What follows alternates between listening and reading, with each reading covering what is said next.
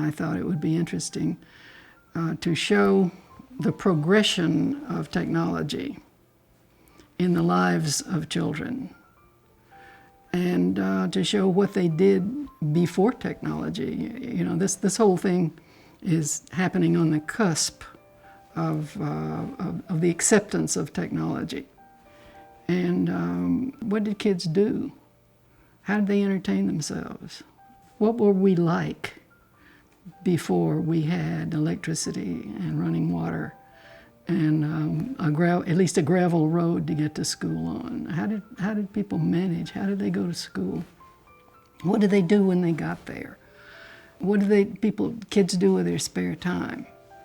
This is not to show that things were better before we had running water and electricity and good roads, but it's simply to show that they were different and that those differences are worth knowing about, because knowing where you came from really defines who you are. You know, when I was growing up, I would talk with elderly people a lot. I really found them interesting.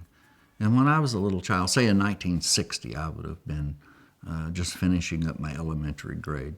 I knew an elderly gentleman by the name of Walter Summit. He had been a minister in his younger years, and he was quite aged. And he talked about growing up in the 1880s and 90s in rural western Arkansas, and what an interesting experience it was. I remember him talking about a shortage of paper. I'd never known a shortage of paper. Paper was ubiquitous. But he said that when they went hunting with their muzzle-loading rifle, they needed wadding to make sure that the ball stayed in the barrel. And they would use wasp nests and tear off a piece of the wasp nest and put it into the barrel. Well, it's amazing how economic times change, and of course that has a profound impact on the way families perform. We didn't have to save paper. Our house was not paper and newspaper. Many of the houses were much, much, much smaller than houses are today, so people were close together. We had kind of this one big room with a fireplace, then we had a kitchen, and then we had one other little,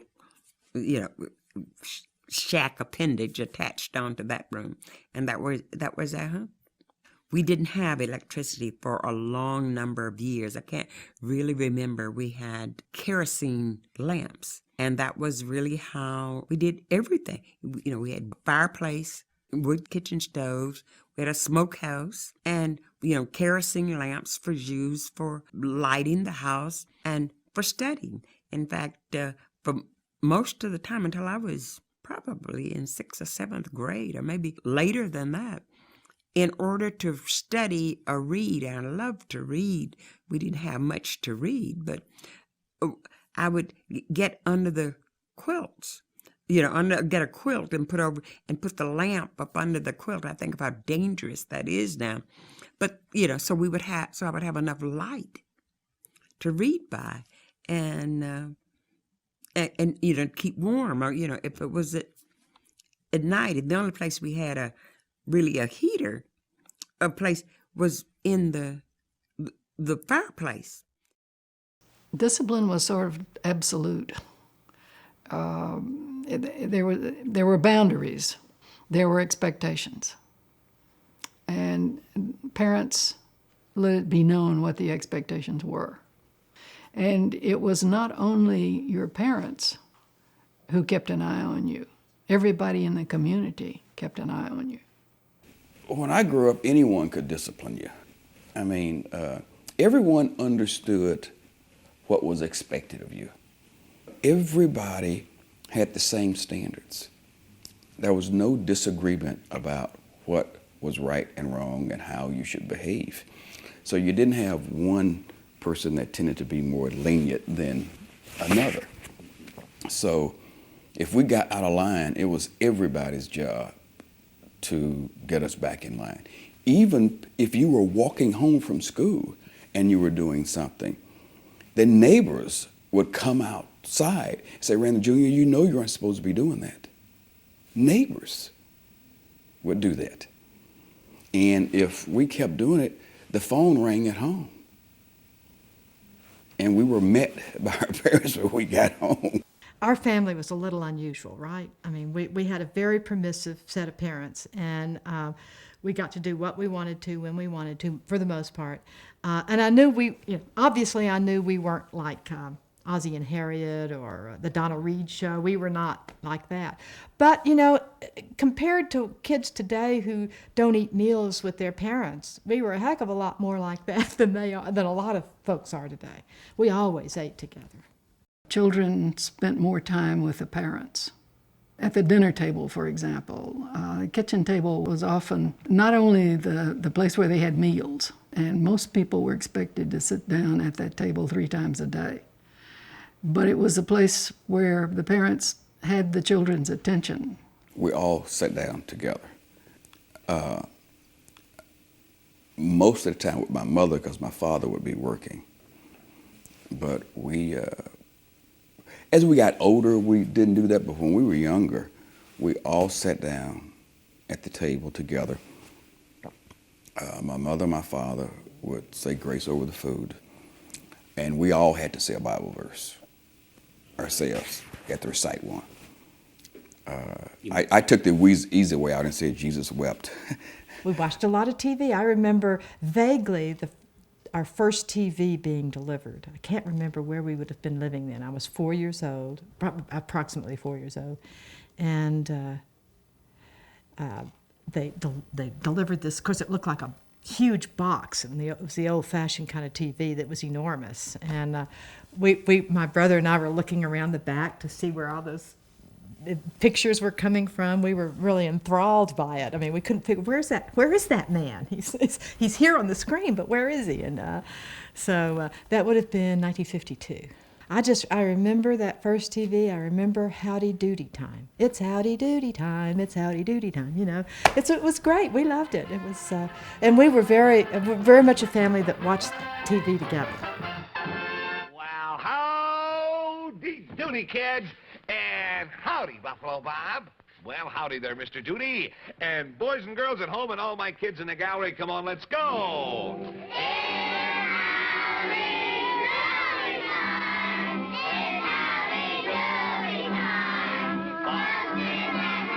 Little Rock had at least one television station, as I recall, when I was a child. And very soon, there were 3 stations in Little Rock, and we were able to, using our antenna, we were able to pick up images from all 3 stations. That represented, for my generation, a real change. It broadened people's horizons. It brought Arkansas more into the national mainstream, I think, when they could find out instantaneously through the television and radio news what's going on around the world. So by 1963, for example, when President Kennedy is assassinated, we all know instantaneously everywhere in the country. And that's a profound change. In the early years of broadcasting, it wasn't 24 hours a day broadcasting. There just wasn't enough programming available for 24 hours a day. So Americans tended to gather and watch it in groups because it was on at certain times. And I think in some ways the programming in the earlier years was of a higher order perhaps than in some cases more recent programming, at least for my generation.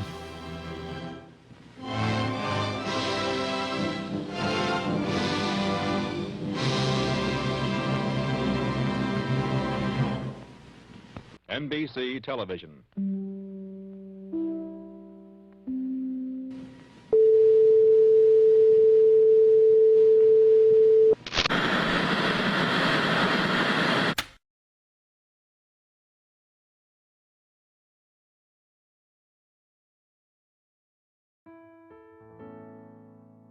The church and the school together formed the center of the community. And everybody who could walk was expected to go to church. It didn't matter the size of the community. This is both rural and urban. You were expected to go to church. We went to Sunday school every Sunday without fail, and then went to church without fail. We went to vacation Bible school every summer without fail. I joined the church at 8 years old. I was youth superintendent of the Sunday school for 2 or 3 years. So I led the youth service in Sunday school. I said the prayer. I summarized the lesson at a very young age. I grew up in a household which was not religious. I don't remember us ever going to church. I would sometimes go, though, with friends. And then as I got older and had friends who were involved in church activities, I would participate. But in my particular family, it was not a common activity. But around me, there were large numbers of people who found the church to be absolutely indispensable to their lives. And a lot of this was not just religious in nature, but also social. The church gave them an opportunity to get out and do things. And this was not just a rural phenomenon, this was also urban too. But I can well remember in rural western Arkansas, for example, Decoration Day, what we call Memorial Day today, in which people, especially churches, would sponsor a picnic. And these were often organized by the local church congregations and held at churches where the cemeteries were located. Sometimes the whole day was taken up with church.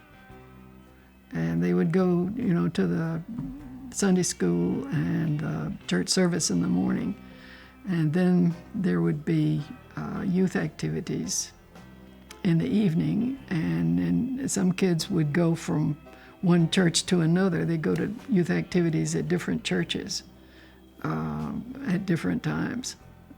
There were revival meetings. The church was just simply there all the time. And some people remember this with great pleasure and great joy. And some remember it with just fear and loathing their entire lives because they were absolutely scared to death by the fear of hell. Every Sunday, I remember my dad would hook up the wagon, and we would get in the wagon, and it was probably 5 or 6 miles from where my grandparents lived and where my parents in their farm shack was living. And we would drive up the country roads and through the woods and past the church and up to my grandparents' home. And we just thought that, they were really living, it would be super country shack by our style today. But we thought that where they lived was so much better than where we lived. So my grandmother always had a huge Sunday dinner. And all of my aunts and uncles were always there. And to me, it was just a wonderful outing on Sunday. And this is where we always went on Sunday. Sunday was the best day for eating. My mother, we were Catholic, we raised Catholic. My father was not, but my mother was. So mother would take us off to church. We usually lived in small towns where there wasn't a Catholic church. And so we always had to travel 20, 25 miles to church. So she would put the roast, if we were going to have roast that day, she would put the roast in the oven because my mother believed in cooking things to death. So she'd put the roast in the oven and we'd go off to church, and 3 hours later we'd come home and have another eating frenzy, lots of food. So that's one of my finest memories. We grew up hearing prayers in the school, and of course didn't pay a bit of attention to them. We took them for granted because the courts had not ruled at that point. That happened at some point during my schooling. That doesn't mean the prayer stopped, but the ruling was made, and gradually, of course, there has been a great deal of more separation of church and state. But when I was a child, growing up in the 50s and 60s, early 60s in rural Arkansas, the church had a very much of an impact on the educational setting. There would always be prayers at public events. At graduation in the spring, there would be a church service associated with that. A lot of young people, I think, found the church an opportunity for them to get together and spend time in social settings where the parents felt that they could sort of let loose of them for a while. Gave them a certain flexibility. Church trips, church picnics, all sorts of things along that line were, I think, quite important. And even though I certainly was not churched, I didn't mind taking advantage of the social opportunities offered by them. Most rural schools in Arkansas went to the 8th grade. And usually it was a one-room school. Beginning about, say, 1920, there were high schools in most small towns.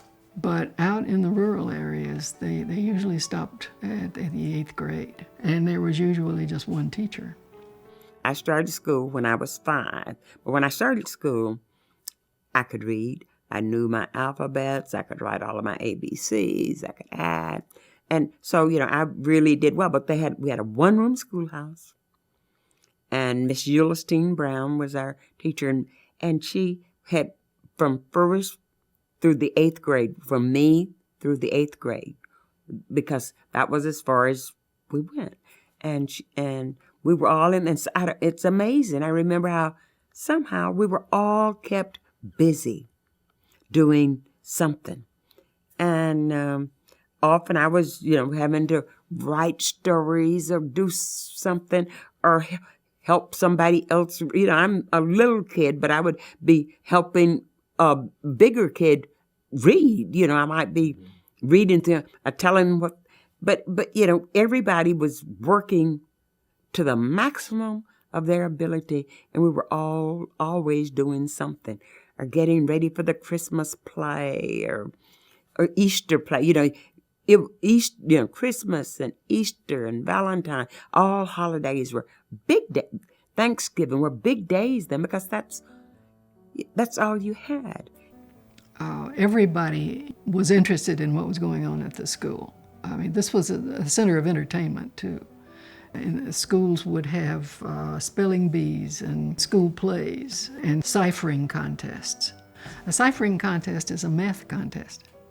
And the kids would compete in solving problems, adding and subtracting and dividing. And they took just fierce pride in it, and everybody would come. I remember as a 9th grader, we had a math contest that everyone in the high school could be a part of. 12th graders, juniors. I won that math contest as a freshman. The teacher in that community had absolute respect. They had to be able to depend for discipline on the backing of the parents. Teachers were more than they are today in some ways. They had the support of the parents of the students, much more so than today. I think that is an accurate statement. And teachers, therefore, were empowered to do more for the children. And one of the things you find over and over again interviewing elderly people is that their teachers were absolutely dependable. They were absolutely there for them in any way that they needed them. They were often parental in their scope of activity. So they educated them, but they also brought them up. One of the things that you hear about is that teachers would often call the parents and say, I saw Johnny at the movie tonight, not during school hours, but after school. And Johnny was throwing spitballs during the movie. Today, I don't think there's as much of that as there used to be. People are, I think, reluctant to discipline other people's children because it could result in very unfortunate circumstances. When I was in junior high school, if you missed a math question, then you got hit in the hand with a strap. Oh yeah. We would go up to the board, and the math teacher would call out problems, and we'd put them on the board, and it was for accuracy and speed. We had these, and you know, to this day, I just look at numbers and see answers. I had been an indifferent student, believe it or not, in Catholic school. I think because I was terrified of the nuns. I would study my words and I'd study my math, and then I'd come in and I'd flunk. I'd do poorly on the test. I knew those words, but I was so terrified of the nuns. But anyway, so I was an indifferent student or made indifferent grades, let's put it that way. So I go to public school where there is this, from my point of view, no discipline, or literally no discipline compared to the nuns, and I started making A's. I was easily 2 years ahead of the other children, and boy, I felt really good about that. Suddenly, I was the smart kid in the bunch, and I was also, you know, that age, sort of figuring out that maybe being the smart kid wasn't such a bad idea, or being a smart kid wasn't such a bad idea, and the sixth grade was a real revelation to me that I could be smart, you know, and that I could perform well, and I liked that. I liked that feeling, and I liked doing it, and it gave me a different orientation toward education. I said, okay, this is fun. This is cool. Many people, I think, as we remember the past, we tend to remember those things that are pleasant about it. And that's probably instinctive within us. That's probably part of our makeup, I would suspect. I know in my career, I've interviewed a great number of people through oral history programs, and I have found over and over again that even the young boys who were mischievous and often were punished, they remember something about their youth that is invigorating. They were very imaginative in finding things to do. I mean, many children didn't have any toys. I mean, there was absolutely nothing to play with that they didn't manufacture themselves. Teacups out of acorns, and they would play hopscotch with pieces of glass as the thing you throw. One man tells about the school, of course, didn't have any equipment. This was a one-room school out in Madison County. And the teacher would make a ball out of twine. If he had one, he would put a golf ball in the middle. And then he would wind twine around it until he had a baseball-sized ball. And he said they were wonderful balls. They would last for months. They played games if there were enough of them. They played games like hide and seek, shinny, Red Rover, Mother May I, games that I don't even remember. One of the things that came up, one of the impressive things that came up over and over was the amount of freedom that children had. When I was a child, I certainly could go anywhere I wanted to, roam around the national forest, go down to the Ouachita River and boat in the river or swim in the river. I could and did regularly go into the mountains where I could have gotten bitten by snakes or whatever, you know. None of this was ever discussed as a possibility. We were expected, I think, to have a certain amount of common sense and to not venture where we shouldn't. That doesn't mean that people didn't get in trouble and do stupid things. But I think our parents did worry about our safety, and certainly I think that's something that continues through the generations. In the towns, they played in the streets and on the sidewalks from sunup until dark, and sometimes after dark. One woman tells about in Helena putting a lighted candle inside a shoebox and tying a string to the shoebox and pulling it down the sidewalk. And of course, there were fantasies that go with these things. It nurtured the imagination. Little girls played with paper dolls as well as regular dolls if they had them. As they said, they had to make up their own entertainment. Lipton Tea and Lipton Soup present Inner Sanctum Mysteries, starring Boris Karloff. In the early part of the 20th century, say in the 1920s, when we began to get good radio coverage in Arkansas, people did not have electricity in their homes, as a general rule. Outside the urban areas, electricity was not readily available in, say, 1920. So people had battery-powered radios, and they often used Delco batteries. So often the word Delco was used in lieu of radio. I'm going to turn on the Delco, you know.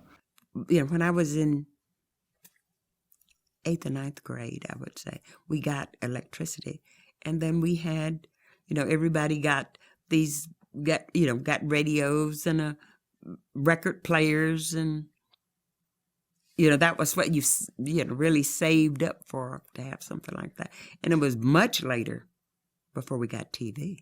It allowed us to communicate. You know, we knew more about what was going. We could hear music. I think we didn't really. I don't think appreciated news as much.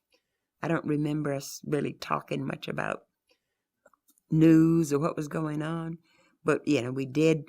And see, down in that part of the country, the radio station that we got the most was WLAC in Nashville, Tennessee. So, you know, that wasn't relating to us except for the music. Oh, yeah, we listened to radio I do remember in Shirley, they listened to Grand Ole Opry. That's the only thing I remember they ever listened to. But I'd lay on my stomach in the floor and listen to, I'm trying to remember, the Green Hornet and all of those things back then. Amos and Andy and all of those things, yeah. And, you know, my parents would listen to Amos and Andy, and they would listen to a lot of those things. And yeah, that was your form of entertainment. The Green Hornet. He hunts the biggest of all game, public enemies who try to destroy our America. With his faithful valet Cato, Britt Reed, daring young publisher, matches wits with the underworld, risking his life that criminals and racketeers within the law may feel its weight by the sting of the Green Hornet.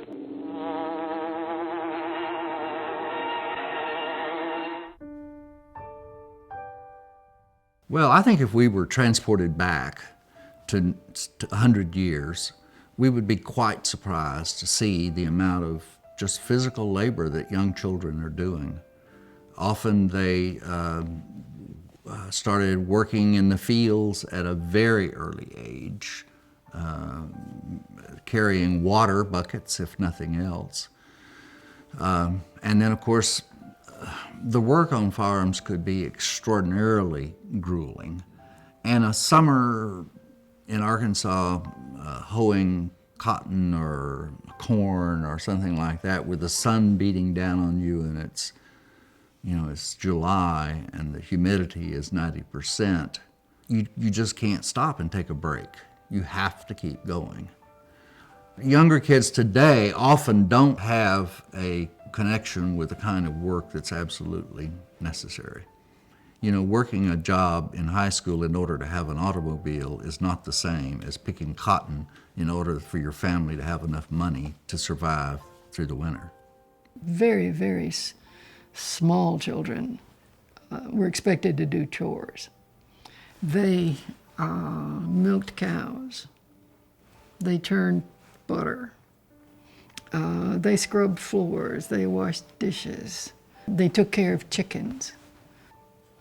They hauled water out of the well for the household. They slopped the hogs. They did literally everything that had to be done. And if the family needed it, they worked in the fields. In the cotton fields, I mean, it was stoop labor at its very worst. We worked very hard, able to pick 200 pounds a day. You know, and we always really wanted to get it picked and get everything done so we could go to school. Because, see, as long as there was cotton and stuff to be gathered, you weren't in school. That's right. The cash crop was cotton. And lots of corn and hay, but that was primarily to feed the cattle. And the sorghum, you know, we made molasses. And, of course, some of the corn we used to make meal. You know, we had to take it to the mill to get it ground to make meal, to make cornbread. For girls, housework was a common part of growing up, part of that chores responsibility.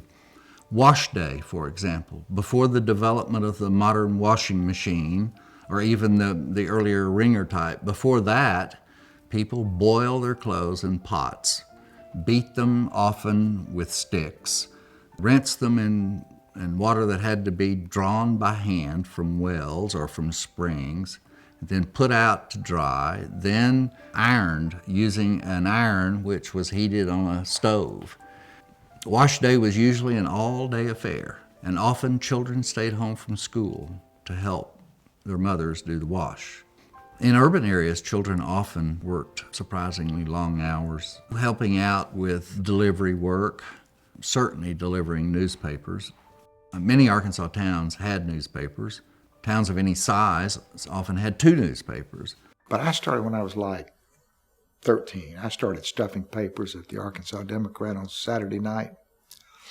And that's where you put the comic. They got machines that do it now. But back then, it'd be the comics and all that stuff. You'd get really good at it. You put them in stacks of 50, and boy, you could just go fast. And anyway, we'd go to work at 4 in the afternoon and get off 6 Sunday morning. And I did that for 12 years. And then, of course, there were jobs where children helped family and relatives and didn't get paid for it. My father had a restaurant and a lounge, a bar in the back. He ran it. It was actually, the building was actually owned by his sister and her husband. And he had a restaurant there, he had a lounge. In the back was a place for live entertainment. Little Milton, B.B. King, Bobby Blue Bland, all of those people used to come and perform at Ferguson's Lounge, it was called. But I remember him taking me down there on Saturday mornings after a Friday night. And I got a chance to clean the place up. One of the things about growing up, too, that's different today than it was in the 1950s and 60s is that you could easily be drafted. And large numbers of Arkansans did join the military as teenagers. It was quite common. It was a means for boys of poor families to get a start in life. And many poor families took advantage of the military, with their sons going off to the Army or the Air Force. So for all of the years throughout the 20th century, up until the very recent years when the draft was no longer in effect, international discords could certainly have an impact on a young male growing up in Arkansas.